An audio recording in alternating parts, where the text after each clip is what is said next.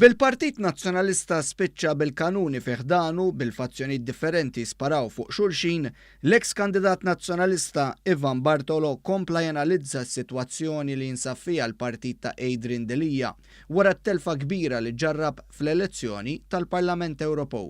Mat-Times Ivan Bartolo ma qadx jomoda u ta' l-akbar ċertifikat ta' falliment li jista' jkollu kap.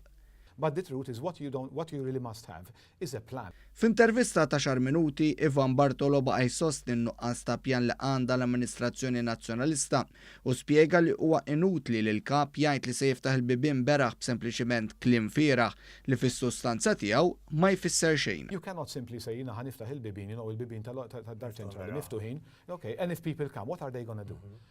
If you don't have a plan for when people come and you actually match their skills, you match their passion to what they can do and what they can contribute, it's basically you're actually inviting people to come in there and keep on just talking.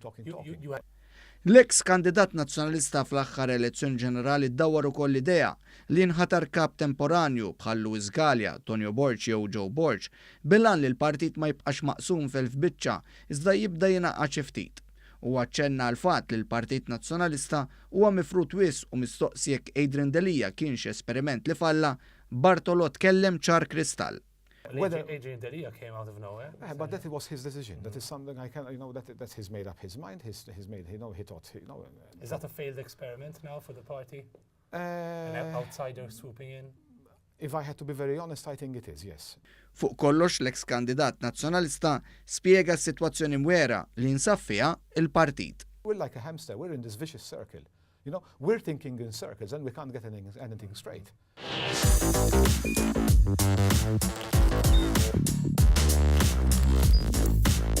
Idħol fuq one.com.mt u hemmhekk tista' tara l-programmi kollha li jxandru fuq One permezz ta' One Play.